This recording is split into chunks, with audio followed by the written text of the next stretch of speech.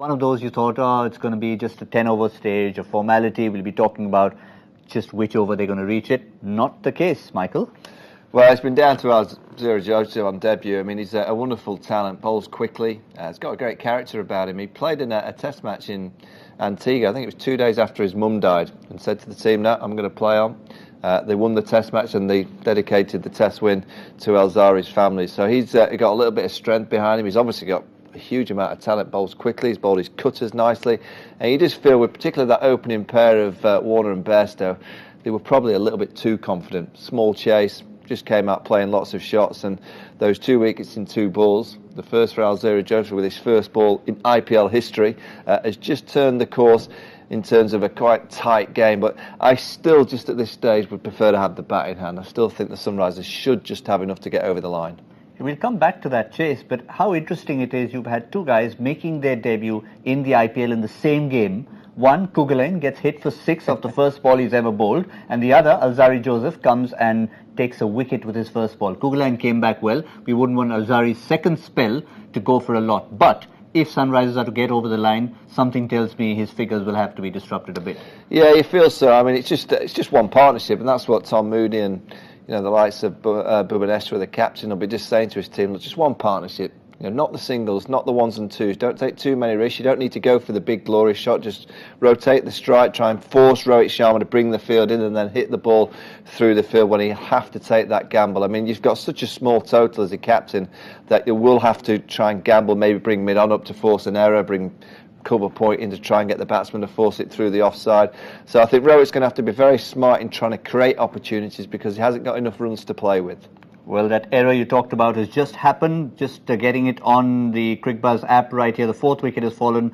It's your man Behrendorff, and Manish Pandey is the one who's been dismissed. So while he didn't have a great first spell, again, it's key that they come back well. And it was such an opportunity for that middle order to fire when the top 2. We talked about that. The key is to get those 2 out. Yeah, get those 2 out quickly. They did that. But also, if you look at the Mumbai Indians bowler attack, they've got wicket takers. Behrendorff is a wicket taker. Chahar is a wicket taker. You've got Bumrah, a wicket taker. Krunal Pandya is a wicket taker. Hardik Pandya is a wicket taker. All right, they can go for runs, but when you're trying to defend a low total, it's almost if you want bowlers in your attack that can just produce a bit of magic, and there's 3 or 4 like I've just mentioned that can produce that magic. Mohammad Nabi, though, he's a cool customer. We've seen him bowl a bit. We saw him hit a 6 to win the game in Delhi. He has got a calm head on his shoulders, so I would expect him to stroll. Has he strolled out? Yeah, he would. Most likely it's going to be him because it's Huda who's there, who's performed in the past with the bat, but has not quite come to the party quite after that. So Nabi is going to be key. Rashid Khan Mino can bat a bit down the order, but doesn't seem there's too much more after that, because without Kane Williamson there to add to that 1, 2, 3, or an all-rounder, the Russell, the Pollard type of all-rounder would come later on.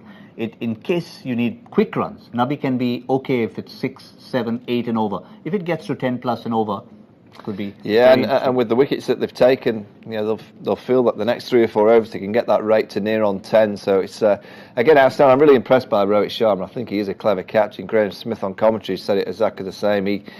He's always ahead of the game. You've got to be proactive. You've got to think 1 over, 2 overs, 3 overs ahead of the game in T20 cricket, and you've got to always kind of say, what does the opposition least like me to do as a skipper? And that's exactly what Rohit Sharma's been doing over the course of the last few games. Yeah, so it's not Mohammad Nabi, it's Yusuf Pathan who's come. So they've still got Mohammad Nabi in the tank. So at this stage, 76 of 57 balls. You said before the wicket fell, you'd rather have bat in hand. Are you slowly handing me the bat, or still got it? Yes, I'm kind of, honestly, absolutely 50-50. Absolutely 50-50. Yeah, I mean, you don't want to lose another one in the next 2 or 3 overs. You've got experience there with Yusuf Pathan. You've got Mohammad Nabi to come. Bhubaneswar can hold a bat as well. So I'm 50-50. I like the fact Rohit Sharma's brave. The brave captains can generally win your games. We've seen that with MS Dhoni. He may be the difference. He's got nice tactical brain in him, so he might just be able to force the Mumbai Indians into a surprising win. Yes, I'll have to tell you, I do agree with Michael Vaughan. And which